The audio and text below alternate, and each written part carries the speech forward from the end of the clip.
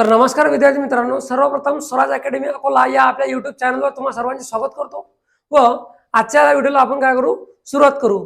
तर लक्षात घ्या, या अगोदरच्या व्हिडिओमध्ये आपण एका नवीन घटकाला सुरुवात केली होती, ज्याचे नाव आहे रक्त विसरण संस्था, ब्लड सर्क्युलेटरी सिस्टीम। या अगोदरच्या व्हिडिओमध्ये आपण ब्लड सर्क्युलेटरी सिस्टीम म्हणजे काय, ब्लड सर्क्युलेटरी सिस्टीमचा शोध कोणी लावला, तो कधी लावला, त्याचे प्रकार कोणते कोणते होते, या सर्व घटकांची काय केली माहिती बघितलेली आहे, अभ्यास केला आहे। त्यानंतर आजच्या व्हिडिओमध्ये आपल्याला पाहायचं आहे की मानवामध्ये जे आहे ते कोणत्या प्रकारची रक्तविसरण संस्था आढळते, बरोबर। त्या कोणत्या प्रकारच्या संस्थे मानवामध्ये जे आहे ते कोणत्या प्रकारची रक्तविसरण संस्था आढळते आणि त्या रक्तविसरण संस्थेमध्ये कोणते कोणते घटक येतात, या सर्व घटकांचा आपल्याला अभ्यास करायचा आहे। तर आज आपण पाहणार आहोत मानवामध्ये कोणती रक्तविसरण संस्था असते। तर मानवामध्ये जी रक्तविसरण संस्था असते ते रक्तविसरण संस्था असते बाळा बंद रक्तविसरण संस्था। कोणती असते? बंद रक्तभिसरण संस्था। तिचं नाव आहे बंद रक्तभिसरण संस्था। हे मानवामध्ये असते। कोणती असते? बंद रक्तभिसरण संस्था, बरोबर। यालाच आपण म्हणतो बाळा close the blood circulatory system. काय म्हणतात? Close the blood circulatory system. हे कशात असते?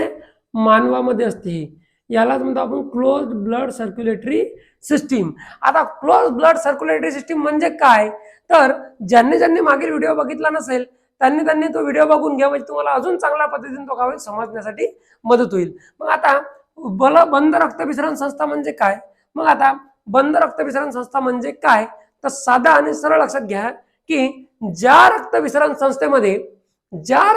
संस्थेमध्ये शुद्ध रक्त व अशुद्ध रक्त यांचे वहन एकत्रित होत नाही, म्हणजेच काय होते, वेगवेगळ्या स्वरूपात होते। त्यांना वाहून नेण्यासाठी काहीतरी विशिष्ट रक्तवाहिन्या असतात, या कोणत्या असतात, काय असतात, त्यासाठी आपल्याला हे पाहायचं आहे, बरोबर का। मग आता बंद रक्तभिसरण संस्था म्हणजे शुद्ध रक्त आणि अशुद्ध रक्त हे वेगवेगळ्या मार्गाने वहन करते।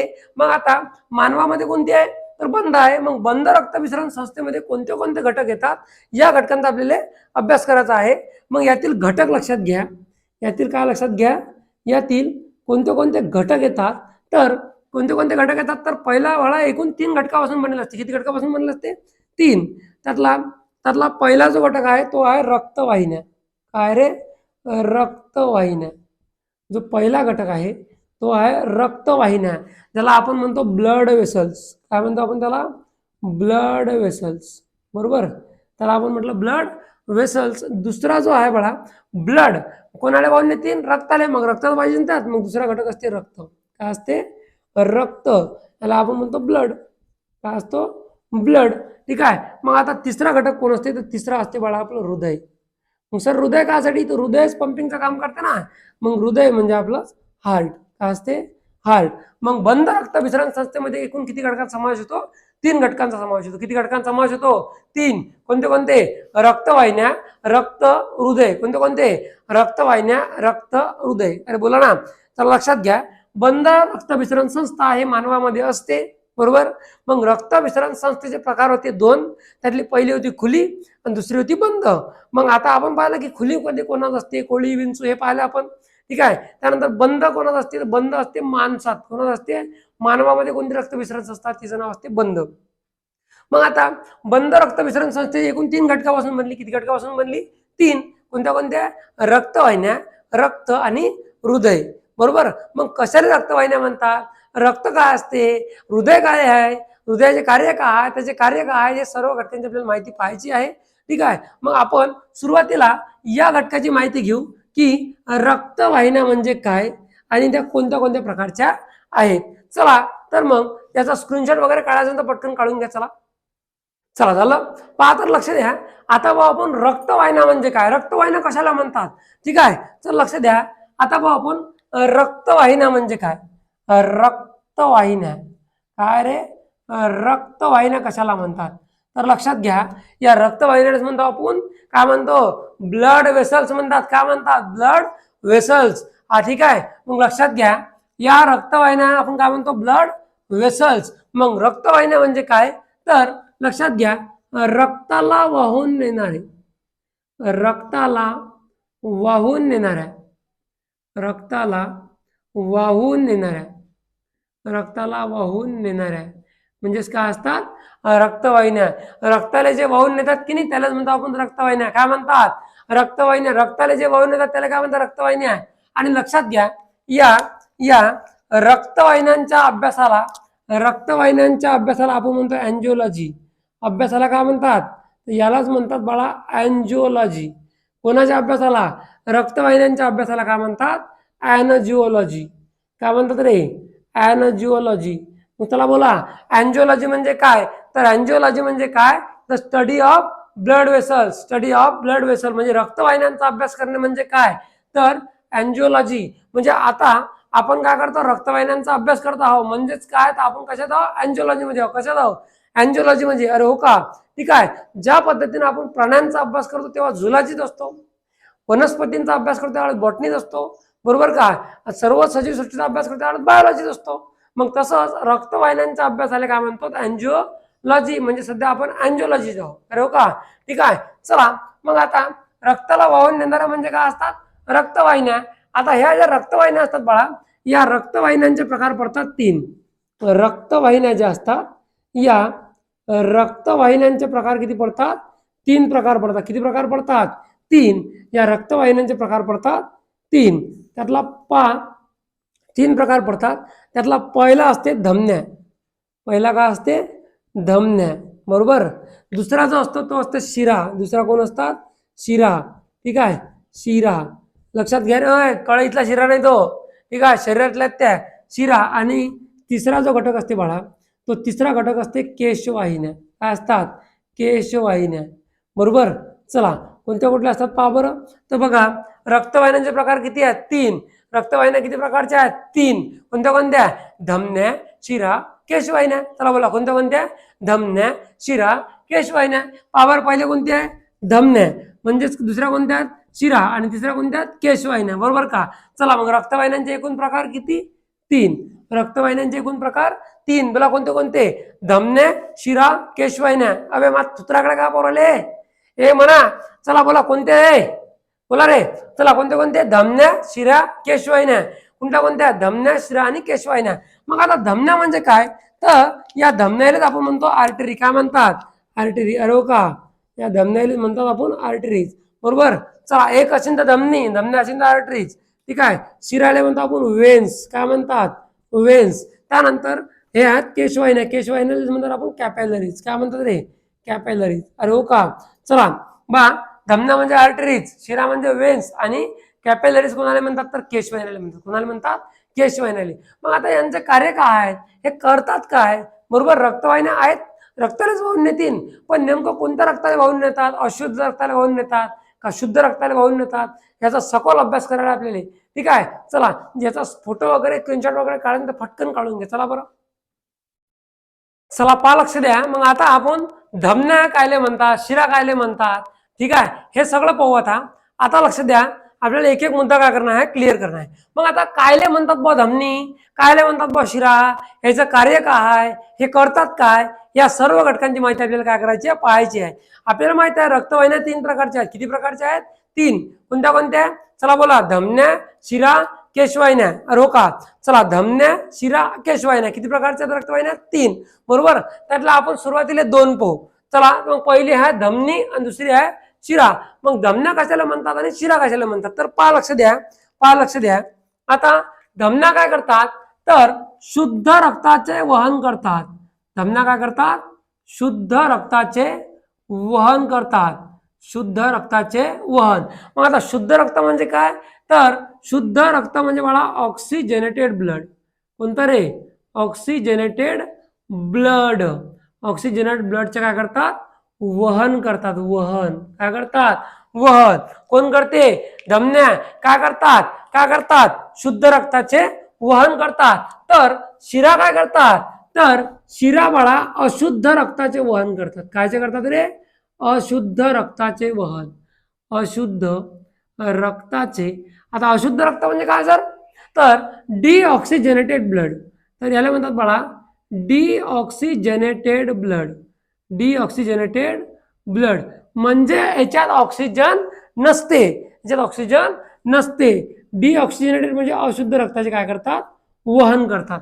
मग आता लक्षात घ्या, धमन्या कायला म्हणायचं, ज्या शुद्ध रक्ताचे वहन करतात त्याला म्हणायचं धमनी, आणि ज्या अशुद्ध रक्ताचे वहन करतात त्याला म्हणतात शिरा, त्याला म्हणतात शिरा. मग एक गोष्ट लक्षात घ्या, एक गोष्ट लक्षात घ्या, परंतु इथे एक अपवाद आहे, इथे एक काय अपवाद आहे.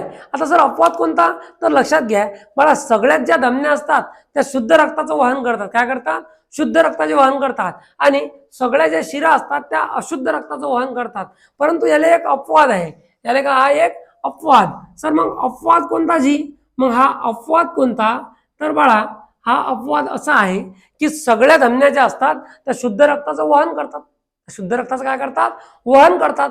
परंतु परंतु जे फुफ्फुस धमनी असते तिला आपण पल्मनरी आर्टरी म्हणतो, ते काय करते, अशुद्ध रक्ताचं वहन करते. कोणती, फुफ्फुस धमनी, कोणती आहे ते, फुफ्फुस धमनी, फुफ्फुस धमनी काय आहे ते, फुफ्फुस धमनी. ते काय करते, तर बाळा ते अशुद्ध रक्ताचे वहन करते, काय करते ते, अशुद्ध रक्ताचे वहन करते.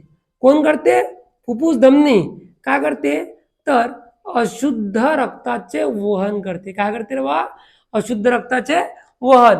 म्हणजे पहा, जिथं सगळ्या धमन्या शुद्ध रक्ताचं वहन करून राहिले त्यावेळेस हे काय करते, अशुद्ध रक्ताचं वहन करते. विचारतात खालीलपैकी कोणती धमनी अशुद्ध रक्ताचं वहन करते, तर तिचं नाव आहे बाळा फुफ्फुस धमनी. कोणती रे, फुफ्फुस धमनी.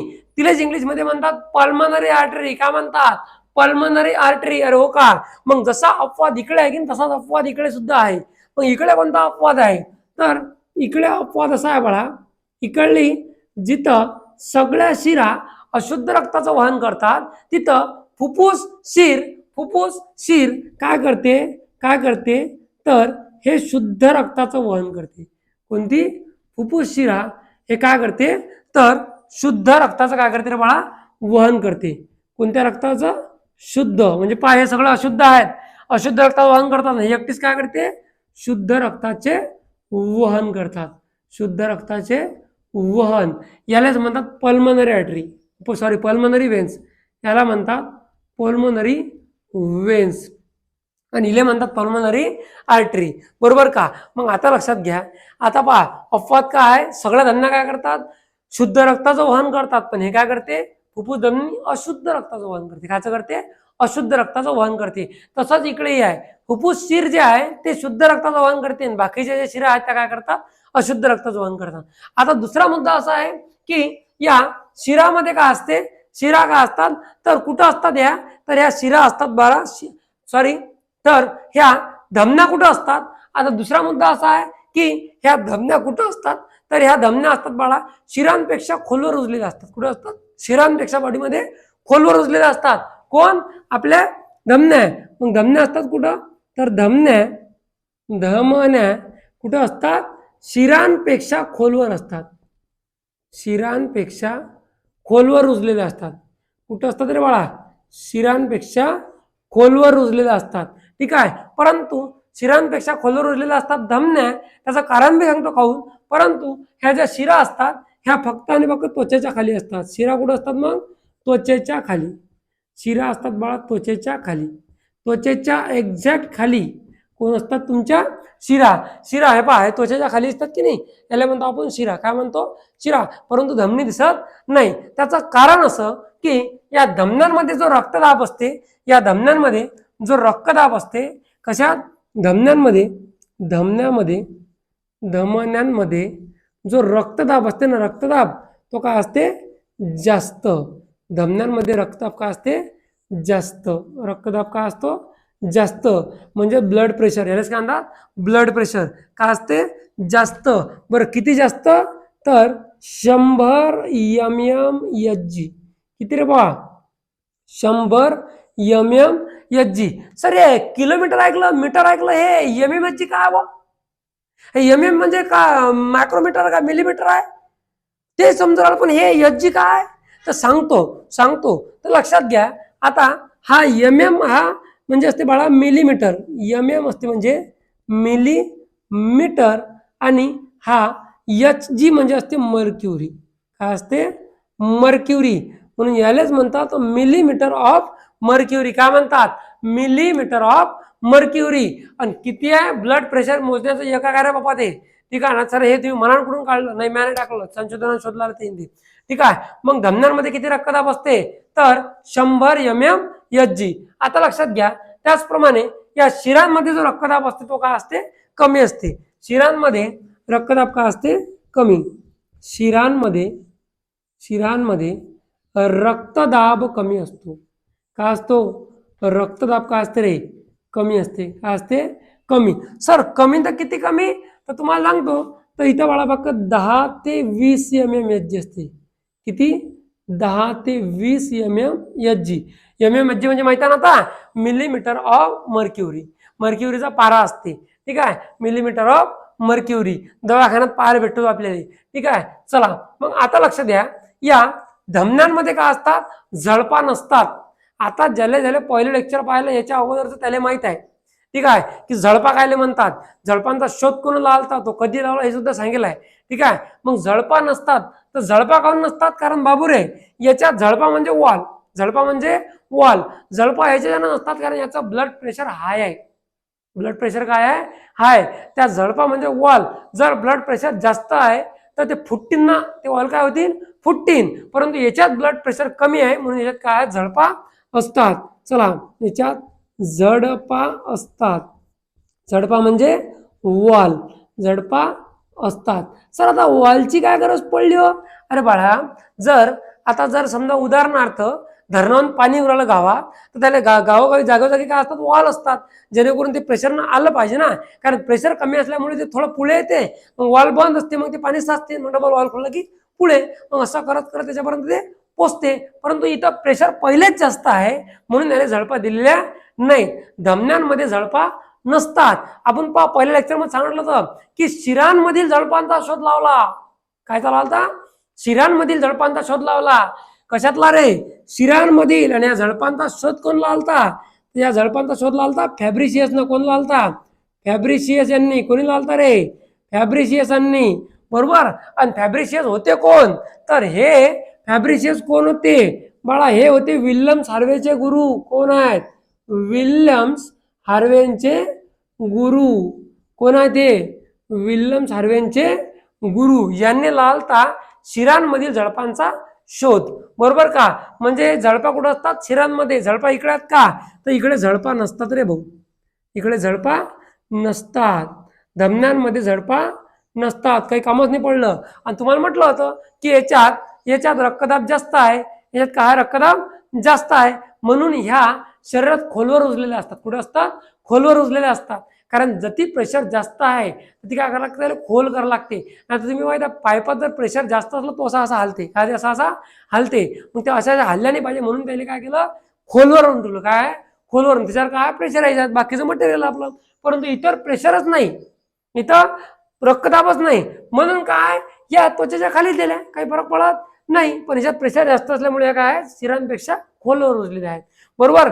त्याच्यानंतर मुद्दा लक्षात घ्या की याच्यात जे असतात याच्यात भिंतिका ज्या असतात की नाही भित्तिका असतात की नाही याच्यात दोन्ही काय असतात भित्तिका असतात.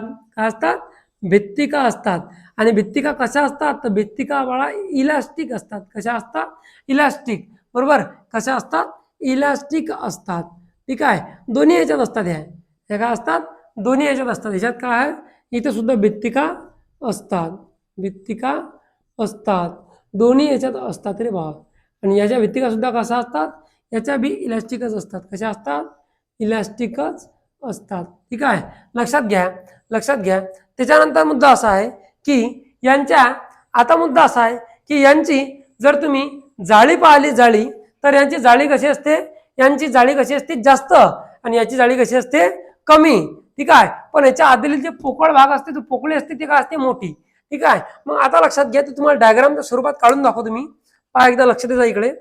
आता पहा आता इकडे लक्ष द्या. उदाहरणार्थ जर समजा आपण धमनी पाहिली धमनी तर याच्या अंदर जे धमनी असते की अशी जाळ असते. काय असते जाळ. समजा अशी काय अशी हे जाळ अशी नशी काय अशी नशी जाळ बरोबर. काय अशी नशी जाळ अशी बरोबर का. आणि हे जाळ असल्या कारणामुळे याच्या आतील पोकळी जी असते कोणती असते आतील पोकळी पहा लक्ष द्या.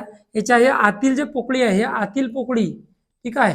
या आतील पोकळी लिहिला आपण लुमेन म्हणतो. या आतील पोकळीला शब्द काय आहे लुमेन हे काय असते बाळा, छोटी असते म्हणजेच कमी असते. काय असते, कमी असते. बरोबर का. भित्तिका कशा आहेत, जाड. म्हणजे भित्तिका कशा असतात, तर भित्तिका असतात जाड. भित्तिका कशा असतात, जाड. आणि लुमेन कसा असते, छोटा. लुमेन कसा असते, लहान असते. लुमेन कसा असते रे, लहान असते. ठीक आहे. परंतु परंतु शिरांमध्ये जो असतात की नाही, जे शिरांमध्ये असतात ना, तर शिरांमध्ये काय असते लक्षात घ्या. या शिरांमध्ये आपण जर पाहिलं तर या शिरांमध्ये भित्तिका कशा असतात, पातळ असतात. पातळ. शिरांमध्ये भित्तिका कशा असतात, पातळ असतात. ठीक आहे. कशा असतात रे, पातळ असतात. परंतु परंतु जे आतील पोकळी असते ते कशी असते, मोठी असते. ठीक आहे. म्हणजे लुमेन कशी असते, लुमेन. लुमेन म्हणजे काय, तर लुमेन म्हणजे बाळा आतील पोकळी. लुमेन म्हणजे आतील पोकळी. आतील पोकळी कशी असते, मोठी असते. कशी असते, मोठी असते. मग आता याचं जर चित्र काढायचं काम पडलं तर लक्षात घ्या. म्हणजे ह्या सरळ सरळ तुमच्या तुमच्या भित्तिका. ठीक आहे. आणि हे जे आहे लुमेन, हे पहा कशी जास्त आहे. लुमेन काय आहे, जास्त. हा जो आहे लुमेन म्हणजेच आतील पोकळी. काय, आतील पोकळी.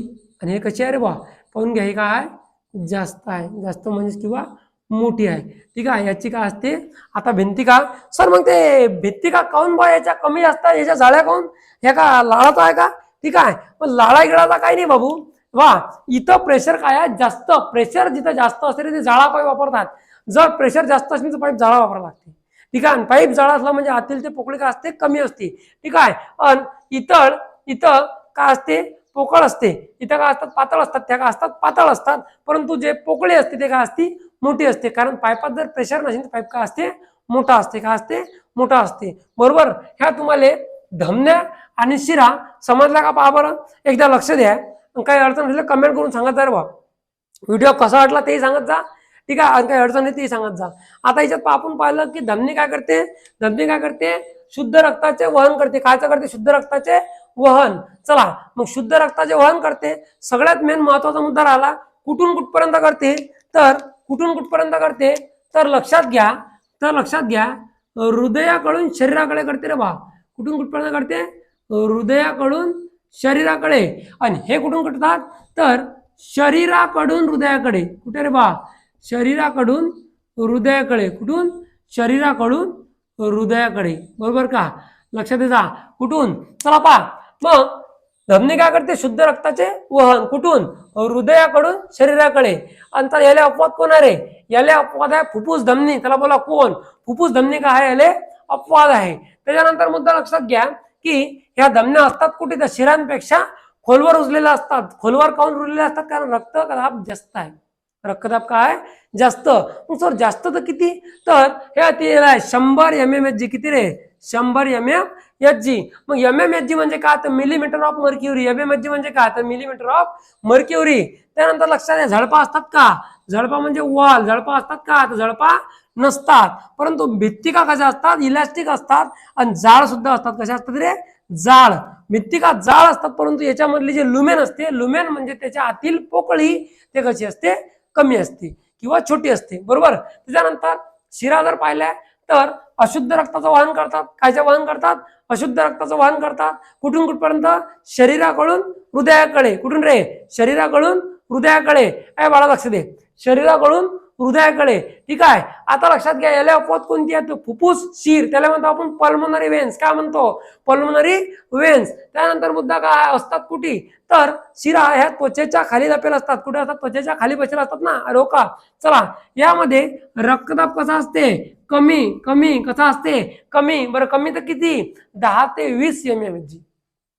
अरे समजून आला का, किती असते, 10 ते 20 mmHg. mmHg म्हणजे तुम्हाला माहिती आहे मिलीमीटर ऑफ मर्क्युरी. हे इकडे पहा, मिलीमीटर ऑफ मर्क्युरी. झडपा असतात का, तर हो, झडपा असतात. शिरांमधीलच झडपा आहेत त्या. बरोबर का. त्याचा शोध लावला फॅब्रिशियसनी. कोण लावला, फॅब्रिशियसनी. बरोबर का. कधी लावला, 1574. हे फॅब्रिशियस कोण होते, तर विल्यम सार्वेचे गुरु होते. भित्तिका असतात इलास्टिक, आणि कशा असतात त्यासोबतच पातळ असतात. कशा असतात रे, पातळ. परंतु भिंतिका पातळ असतात. परंतु लुमेन काय झाली, मोठी झाली. लुमेन काय झाली, मोठी झाली. अरे हो का, लुमेन काय झाली, त्याची मोठी झाली. हे इकडे काढून दिला, भित्तिका पातळ.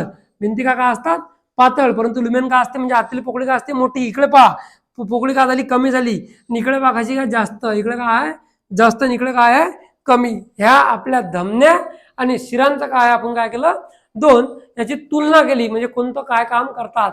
ठीक आहे. याच्यानंतर एक तिसरी रक्तवाहिनी राहते आपण तिचं नाव आहे केशवाहिनी. काय केशवाहिनी ते सुद्धा आपण याच्यानंतर पाहू. याचा फोटो वगैरे काढायचा असेल तर काढून घ्या. याच्यात तर काही अडचण असेल तर कमेंट करून सांगत जा. ठीक आहे. याचा फोटो वगैरे काढायचा पटकन काढून घ्या.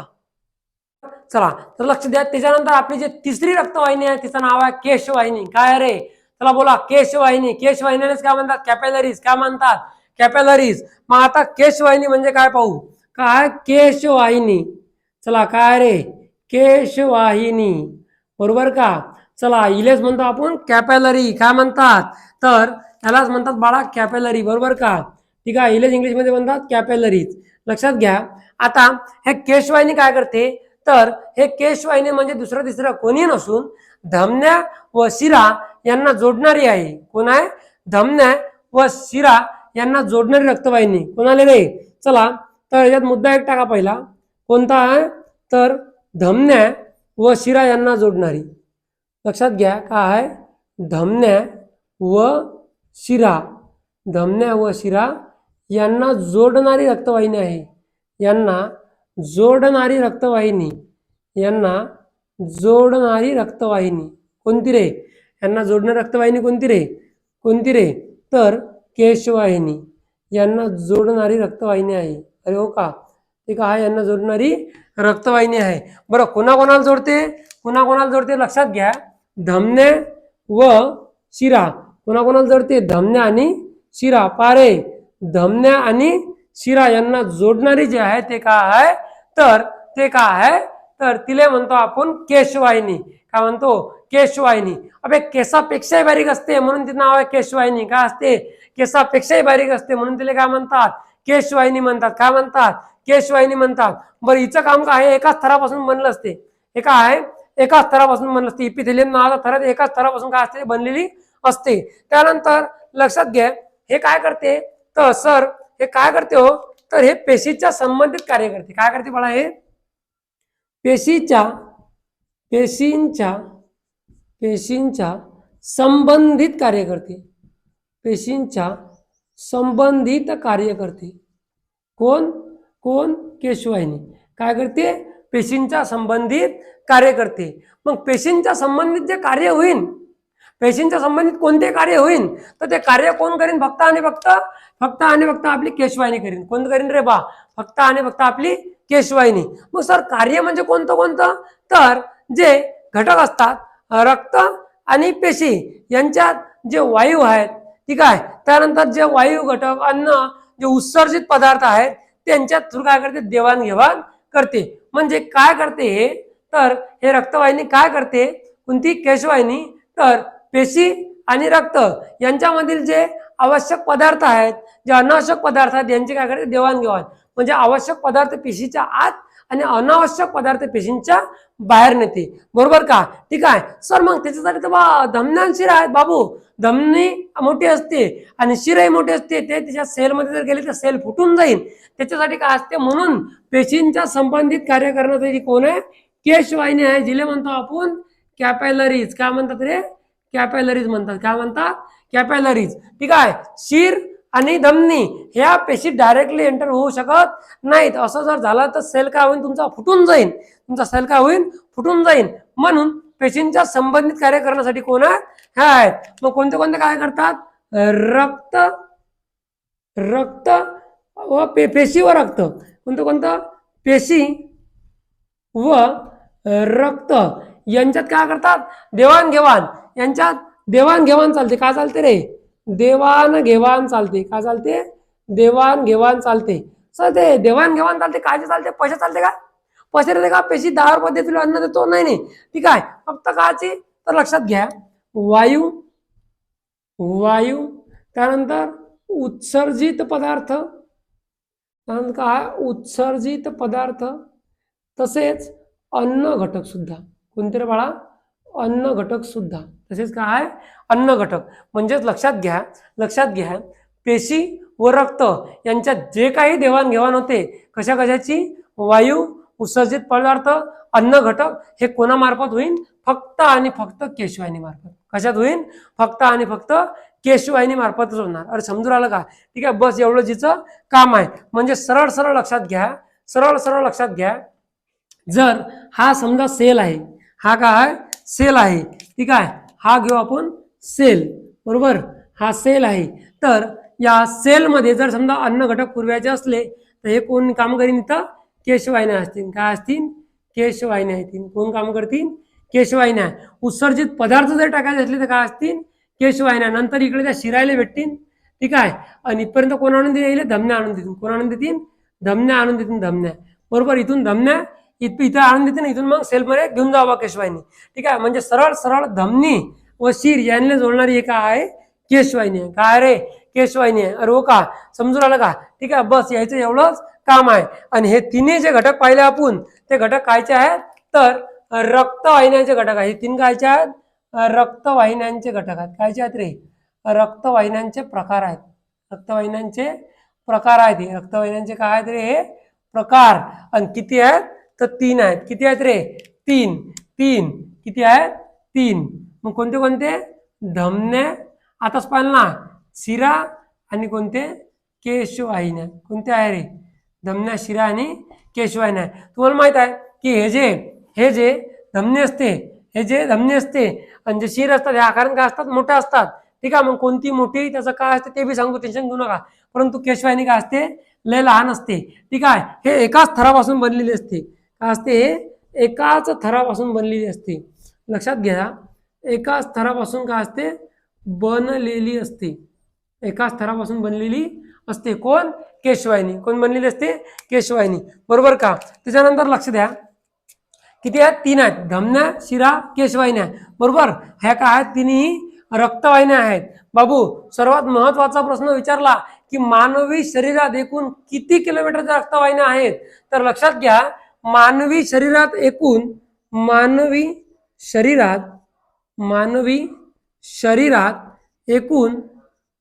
शरीरात एकूण किती रे? 97,000 किलोमीटर. काय म्हटलं मी? 97,000 किलोमीटरच्या रक्तवाहिन्या आहेत. किती रे? 97,000 किलोमीटरच्या रक्तवाहिन्या आहेत. 97,000 किलोमीटरच्या रक्तवाहिन्या आहेत. आणि रक्तवाहिन्यांच्याच अभ्यासाला आपण म्हणतो अँजिओलॉजी. काय म्हणतात? अँजिओलॉजी. आता जर यायचा समजा आपल्याला जाळीनुसार किंवा रक्तदाबानुसार जर चढता क्रम लावायचा असेल तर आपण कसा लावू शकतो? तर ठीक आहे, त्यासाठी हे रब करतो आणि मग सांगतो, ठीक आहे. याचा फोटो वगैरे काढून घ्या, नाही तर मग हे रब करून टाकतो. चला, झालं. म्हणजे तुम्हाला केशवाहिन्या समजल्या. म्हणजे सरळ सरळ केशवाहिन्या काय करतात?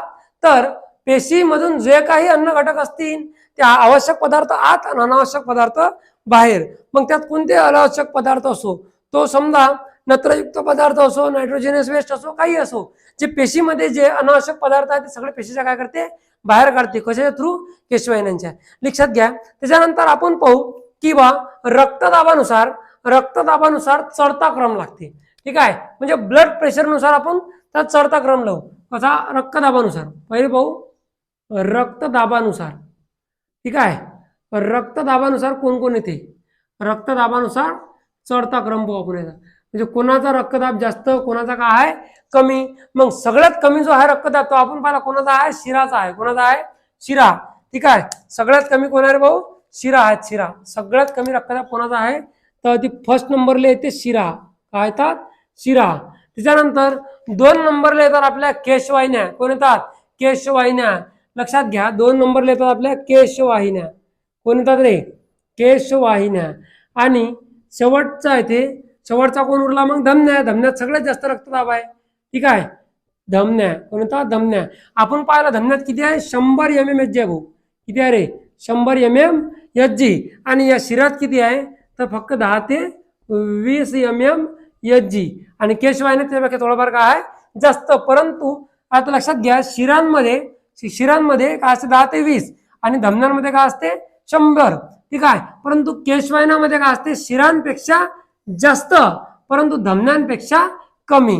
त्याच्यानुसार त्या भिंतिकाच्या जर जाळीनुसार आपण पाहिलं, कशानुसार? त्याच्या भिंतिकाच्या जाळीनुसार, त्यांच्या भिंतिकाच्या जाळीनुसार जर त्याच्या भित्तिकाच्या जाडीनुसार जर आपण याचा चढता क्रम लावला, कशानुसार? भित्तिकाच्या जाडीनुसार जर चढता क्रम लावला तर सगळ्यात पहिले कोणी ते पहा, भित्तिकाच्या जाडीनुसार जर आपण चढता क्रम लावला तर सगळ्यात पहिले ते पहा आपली केशवाहिनी. कोणी ते, कारण केशवाहिन्या काय आहेत, आकारानं लहान आहेत म्हणून त्याच्या भित्तिका सुद्धा काय असतील, लहान असतील. मग सगळ्यात पहिले कोण येईन, केशवाहिनी. कोण येईन रे, केशवाहिनी. बरोबर, म्हणजे कोण येतात सगळ्यात पहिले, केशवाहिनी आहे. त्याच्यानंतर कोण येतात, त्याच्यानंतर कोण, अबे कोणाच्या धमन्या सगळ्यात कमी आहेत मग आता, त्याच्यानंतर केशवाहिन्यापेक्षा मोठ्या आहे शिरा. कारण धमन्याच्या ज्या भिंतिका आहेत त्या का असं प्रेशर जास्त असल्यामुळे भिंतिका जाड्या आहेत. मग दुसऱ्या नंबरला कोण येते, शिरा. कोण येते, शिरा. गंजातला शिरा आहे का तो, नाही. ठीक आहे, चला मग तिसऱ्या नंबरला कोण येते, धमन्या. कोणता तरी बाळा, धमन्या. म्हणजे जर तुम्हाला विचारलं की भिंतिकाच्या जाळीनुसार चढता क्रम, तर पहिले कोण येते, केशवाहिन्या, मग येतात आपल्या शिरा, आणि तिसऱ्या नंबरला येतात धमन्या. परंतु रक्तदाबानुसार जर विचारलं तर पहिले कोण येते, शिरा, केशवाहिन्या आणि धमन्या. कोण येतात, शिरा, केशवाहिन्या आणि धमन्या. हे इथं आपण आता हे पूर्ण आपण याच्याबद्दल डिटेल माहिती पाहिली. कशाबद्दल, रक्तवाहिन्यांबद्दल. कशाबद्दल रे, रक्तवाहिन्यांबद्दल. बरोबर का. मग शुद्ध रक्ताचं वहन ज्या करतात त्या काय असतात, धमन्या. अशुद्ध रक्ताचं करतात त्या काय असतात, काय असतात, शिरा. परंतु याला काय दोन अपवाद दाखवले आपण. पहिले धमन्यांमध्ये अपवाद आहे आणि शिरामध्ये अपवाद आहे. अरे का, ठीक आहे. कोणाचा, त्या फुफ्फुस धमनीचा आणि फुफ्फुस शिरचा, पल्मनरी आर्टरी आणि पल्मनरी वेन्स.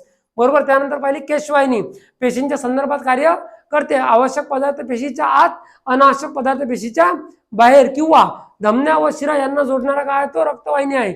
बरोबर का. ठीक आहे. त्यानंतर चढता क्रमानुसार सुद्धा आपण पाहिलं, उतरत्या क्रमाने उलट्या आणत खाली उतरत. ठीक आहे. हे सगळ्या घटकांची आपण माहिती पाहिली आहे. आता याच्यानंतरचा जो टॉपिक आहे आपला तो आहे ब्लड. सगळ्यात खतरनाक टॉपिक राहील आपला कोणता, ब्लड. कोणता राहील रे, ब्लड. रक्त. रक्तात कोणते कोणते घटक आहेत. ठीक आहे. रक्ताला लालच कम झाला, त्याचा पीएच किती आहे. ठीक आहे. बरोबर. या सगळ्या घटकांची आपल्याला माहिती याच्यानंतरच्या व्हिडिओमध्ये पाहायची आहे. ठीक आहे. आजचं हे लेक्चर जर तुम्हाला आवडलं, ठीक आहे, तर व्हिडिओला लाईक करा, व्हिडिओला शेअर करा आणि आपल्या चॅनलले जास्तीत जास्त काय करा, सबस्क्राईब करा. ठीक आहे. आता लवकरच आपले 1000 सबस्क्रायबर काय करून टाका, पूर्ण करून टाका. तुमच्या सहकार्यामुळे आपण इथपर्यंत आलेलो आहोत. 750 काहीतरी झाले वाटते. ठीक आहे. आता लवकरच काय करून टाका, 1000 काय करून टाका, आपले सबस्क्राईब कंप्लीट करून टाका. बरोबर. आणि तुमचं सहकार्य आणि तुमचं प्रेम हे असंच राहू द्या. आजच्या दिवस आपण इथंच थांबू. भेटूया पुढच्या व्हिडिओमध्ये. धन्यवाद.